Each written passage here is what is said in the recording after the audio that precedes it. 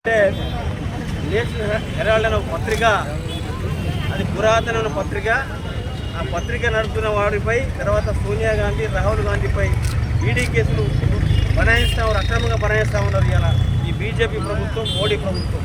ఎందుకంటే Congress party ఎదగకూడదు, Congress party బడుగు బలహీన వర్గాల పార్టీ.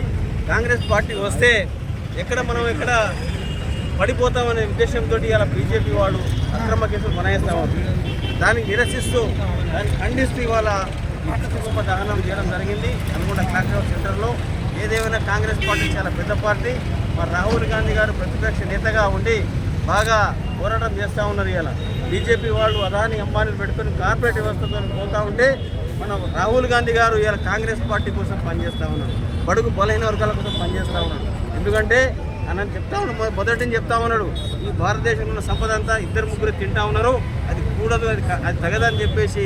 ఎందుకంటే భారతదేశంలో బడుగు బలహీన వర్గాలు చాలామంది ఉంటారు, వారందరికీ కులగణన చేసి వారందరికీ రావాల్సిన మాట ఇవ్వాల్సిందని చెప్పేసి ఇలా రాహుల్ గాంధీ గారు కాంగ్రెస్ పార్టీని ముందుకు తీసుకుపోతూ ఉంటే అది సైన్స్ లేక అది వాళ్ళు ఆ పని చేస్తూ ఉన్నారు. కాబట్టి ఇలా మేమందరం ఒకటే, కాంగ్రెస్ పార్టీ ఒకటి నినాదం మాది. రాహుల్ గాంధీ రాబోయే రోజుల్లో తప్పకుండా ప్రధానమంత్రి అవుతాడు.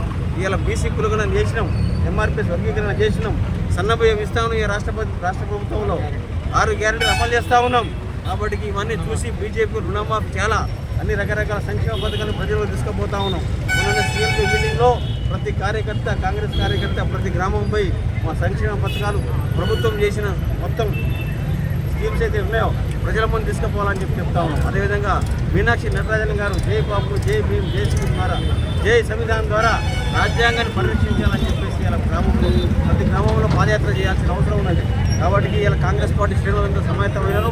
కాంగ్రెస్ పార్టీ ఇక్కడ మళ్ళీ రాబోయే రోజుల్లో మన 5 ఏళ్ళు మన అదే ఉంటుంది ప్రభుత్వం. ఇక్కడ రేపు రాబోయే రోజుల్లో బీజేపీ ప్రభుత్వం పడిపోతుంది. మోడీకి తగిన బుద్ధి చెప్తారు, అమిత్ షాకి తగిన బుద్ధి చెప్తారు. కాబట్టి రాబోయే రోజుల్లో రాహుల్ గాంధీ గారు ప్రధానమంత్రి అవుతారని చెప్పి ఆశిస్తూ నేను ముగిస్తాను. జై హింద్, జై కాంగ్రెస్. రమేష్.